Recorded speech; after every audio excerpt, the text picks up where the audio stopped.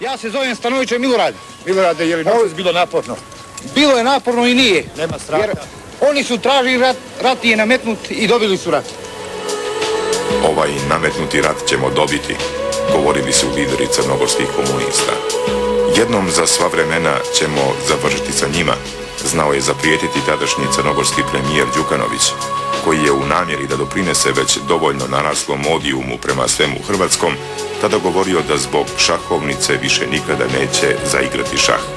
Svaka od tih izjava je značila neki doprinos podizanju tenzija i stvaranju jedne nezdrave političke klime koja je nažalost uzrokovala veoma teške posljedice koje smo svi osjetili. Ali i te izjave, uključujući tu koju ste pomenuli, je zaista apsolutno benigna u odnosu na mnoge druge izjave koje su se događale sa svih strana u tom vremenu, izjave koje su direktno pretendovale prema određenim prostorima.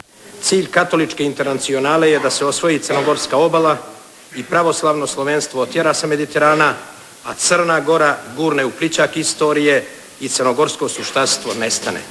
Jedan, doduše mali broj Crnogorki i Crnogoraca, prepoznao je pogubnost vojne avanture u kojoj je bila gurnuta tadašnja Crna Gora.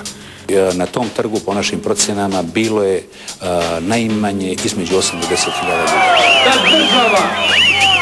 Da država koja osim toga u svojim temeljima treba imati jedan sprženi Vukovar i jedan zgaženi Dubrovnik, nikada ne može biti sretna država.